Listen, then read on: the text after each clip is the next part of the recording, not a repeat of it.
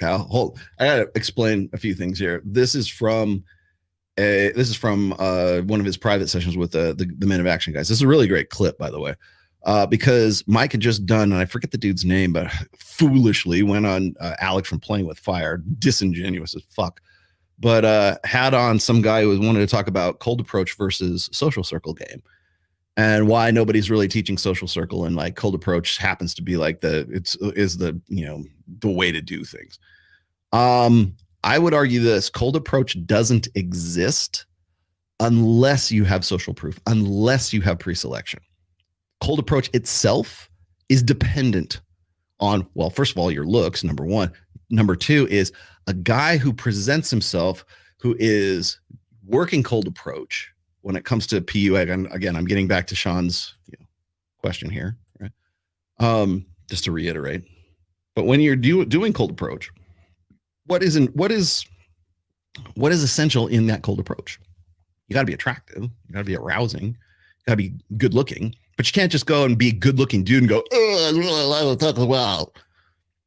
no, a guy who's good looking, a guy who's, 5'11", 6 foot tall.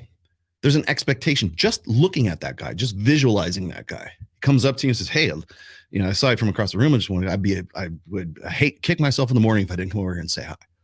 Right? If that's your cold approach or whatever, you're introducing yourself just like she don't know you and you don't know her.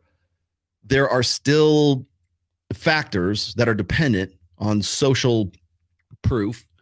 Are you the kind of guy who talks like a dude who's well liked? Are you a kind of guy who presents himself and has sub communications as a guy who is likable, that other people would like, right? Even if they're not around you.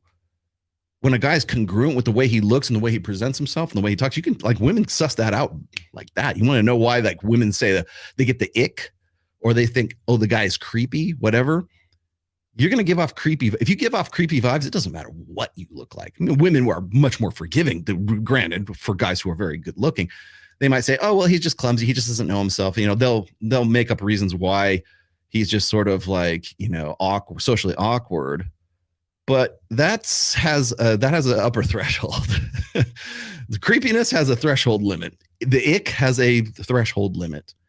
Like the what was it, the clips that I did for the ick, like the girl saying, oh, well, what can a guy do to screw it up? Well, he can trip and fall in front of me. I think that was like last week or the week before.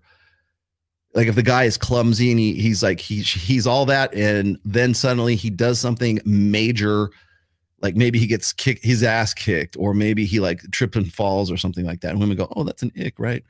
That's a visual representation of incompetence. Even if it's just an accident, it doesn't matter, because it's all perception for women, right? So that gives them the ick.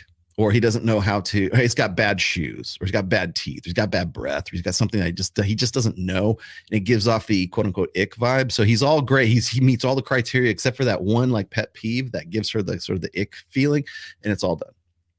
So there's an upper threshold of like how much a guy's looks are going to compensate for ick, compensate for a lack of social skills, compensate for like creep vibes. So, but I would still say this, is that even cold approach depends on social circle. Cold approach still depends on social proof. Cold approach still depends on pre-selection. Are you the kind of guy? Do you present yourself? Are you congruent with the way that you look and the way that you carry yourself? What you're sub-communicating? Are you presenting yourself, and are you communicating in a way that a guy who has social proof, who has pre-selection, would do it? People get weirded out by like, well, how would she know? Well, she does, because there's a certain set of behavioral cues, even if they're just subconscious, even if they just hit on the hindbrain, that she still sort of associates with creep, ick, incongruency. Is he really who he says he is? Because remember, when you are presenting yourself and you're trying to sort of, especially when it comes to cold approach, and you're essentially trying to say, hey, can I get your number? Hey, do you want to hang out? Hey, do you want to have a date? Hey, do you want to fuck? That's really what it comes down to. Am I the kind of guy that you'd like to fuck? That's in a nutshell. That's what the communication really is about. But it's not once we get past the first date, once we go to the club, once we go see this show, once we, go have coffee at Starbucks or some shit like that. Are you going to be the kind of guy that I would eventually want to have sex with? And if that answer is ick, or that answer is creep, or that answer is, are you really who you can't tell if really the way he says he is, if that's that question, then that's enough to like kill that. But that's still dependent on how you see yourself as being well liked by other people and having, had options in the past. The concept of social circle, it is bringing people together. The main concept is, it comes from evolutionary psychology, the concept of mate choice copying. Mate choice copying is the idea that in a two-gender species, when men are surrounded by more women find them attractive. We found this in several two-gender species, but especially amongst Homo sapiens. So what we do is, because in social circle, we teach men, in order to be comfortable around women, to have female teammates. The female teammates get them access to different locations. They calibrate them to other females. And most importantly, they introduce them to other women. Those things allow them to be able to meet more attractive women quicker and easier by doing less work, not more work. And that's what social circle is. So it's outsourcing game, more or less. It's kind of like outsourcing the legwork, let's just say. It's because you're essentially developing social proof. You're developing pre-selection. If this hot chick is hanging out with you, then other chicks are going to want to bang you. And that I 100% am on board with. I get that. But it's getting to that point that guys flub it. And really, that's really what Men of Action does, right? Is it like helps you get to the point where you can do that, where you can execute. Direct approach is more immediate. You don't have to go through some like course to figure it out. You just have to learn enough about psychology and learn enough about female nature, and then have the balls to actually, follow the 3-second rule, right? Like 3, 1, 2, 3, go. I think that the appeal of direct approach is really the immediacy of it. Whereas social circle game takes longer to develop. And most guys just simply don't have the patience for that. And most of the guys who are watching the debate between, I forget the dude's name, the cold approach guy and Mike, most of the people watching this are just laughing at the both of them, because they would never do either. They would never bother with cold approach because they don't have the balls to do it. And then second of all, they laugh at Mike because they're like, well, yeah, look at Mike. Mike's the dark lord of Las Vegas, right? And he is, that's why we called it Access Vegas. He definitely has the access. But they will say stuff like the same thing they would say about like Justin Waller. Well, Justin Waller's 6 feet tall, 6'3", good looking dude, built, blah, blah, blah, no homos. Okay. And I know for a fact he has multiple sexual options at any given time. I know this. I've seen them in the DMs. Okay. And they're DMing him out of the blue. He's part of the 4.5% of guys that women will actually initiate with. 100%. In fact, I think that even if I asked Justin to like just flash his DMs and just even on Instagram alone, not to say nothing of the other apps that he uses, just that enough will be enough to sort of like proof of concept. But yeah, I mean, you got guys like that, and people say, well, look at him, he's a millionaire, and he is. He's got money. Look at him, he's 6'3". Yeah. And look at him, he's built like a freaking, bodybuilder. Yeah. Yes, he is. Look at him, he's got girls I want. Yeah, he does. He definitely has an advantage. That's why it's kind of hard to sort of take a guy like Justin seriously, even though I use him as sort of like the apex example all the time, because he's just so over the top, right? But then you look at Mike, and Mike has had to earn his stripes. He's had to get to where he's at right now. And I know, because I know what he went through to get it. But when you just see him talking about stuff like this, that's when it's like, people want to say, well, look at you. He's got all kinds of money. He look at the car he drives. Look where he lives. Look at the girls that he knows. Look at he spent quite a long time developing himself into who he is right now. But he wasn't always like that. My other problem is, well, I should say that. Let me finish that thought. Now I'm going to explain something to you, and I don't really get into this too much, but like when I'm I had this sort of had this spelled out to me. I had it was too obvious to ignore it just recently, because when Mike did that debate with the cold approach guy and himself He was talking about social circle and stuff. And social circle is also dependent on two things, right? It's dependent on social proof and it's dependent on pre-selection. You don't get to the point where you have like wing girls or you have like women who are going to sort of hang out with you to sort of outsource your social circle game. You don't get to that point unless you have at least some kind of like, you have to have a social circle, right? You don't develop that social circle without social proof and without pre-selection. So there has to be something about you that makes people want to hang out with you in the first place so that you can have a social circle so you can use that as a form of game, right? And I thought about that. And I said, when you distill that down, all forms of game are really dependent on those two things, those two factors. You got to be liked.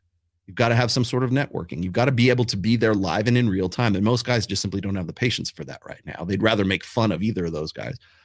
But it's still dependent on social proof and pre-selection. How do you get that? Well, pre-selection might be you just look good and girls want to fuck you. That could be as simple as looks. It could be as simple as you're good looking and you have some money. You're good looking and you are, and you just have, maybe you don't have the money, but you are well liked and people, maybe you play in a sports team, maybe you play in a band, maybe you are just the best damn plumber there is. Maybe you're just, you might be a junior member. You might be an associate in the law firm, but you're still good looking. You're still funny and people really like you and you're likable. You're extroverted, blah, blah, blah. Well, you don't have the money that a senior partner at the law firm has, but you're good looking, you're funny, they like you. That's the beginnings of social proof and the beginnings of pre-selection. So, and I'm using that as an example. There's other career choices, of course. It's particular to whatever your context happens to be. But I thought about this because I was just watching that debate between Mike and the Cold Approach PUA guy. And I went to Babes in Toyland right after that. And so I got there, I get to the club, I'm hanging out. Now I know about 80 to 90% of the girls that are going to show up. And if I don't, I know the other girl that I don't know, and she's a part of like some sort of modeling agency. Like Kaylin Frank is a good friend of mine, but she has girls there that I didn't even know who they were. But now they know who I am as Rollo Tomasi, the co-host of Access Vegas, because I'm hanging out with Kaylin. Or like Kylie Myers knows me because I hang out with Maya Sofield, right? So now we've got that connection right there. So it's proof of concept of what Mike was talking about. But none of that happens unless you have social proof, unless you have pre-selection.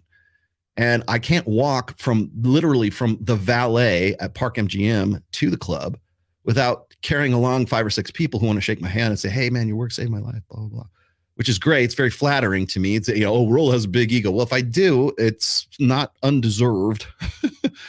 But when I go into the club and I can't get from the front, stairs to the, back in the back part of the club where Mike's doing the interviews. I can't walk from one end to the other without having a guy like stop me. And I'm, hey, please do. That's why I'm there. You want to get a selfie with me? Fine. You want me to, pick my brain on something? That's why I go. But again, it's that likability, it's that sociability. It has nothing to do with the girls at this point anyways. It has everything to do with the guys that want to shake my hand and, and take a picture with me or just hang out with me for a bit or ask me some questions. That's social proof. That's and eventually that ends up becoming pre-selection. And I realized that, and I was like, man, this is some very powerful stuff. In fact, it's something like me personally, I have to be very careful of. So I have to, I'm sober. I don't drink. I haven't drank in a long time. I don't do drugs or anything like that. I'm the last of the clean livers these days. And I, what was it? I think I told Ed Lattimore this one time. I said, you know what? Being the only sober guy in the club after like 2 a.m. is like a superpower. And it literally is. But because everybody else is at such a disadvantage because they're all tying it on. But social circle and pre-selection are very powerful elements. And I think they are the basis of all game, really. Not just social circle, but also cold approach and any other day game, night game. Yad stops. If anybody's, I think probably if you don't know what a yad stop is, ask Troy Francis next time you see him.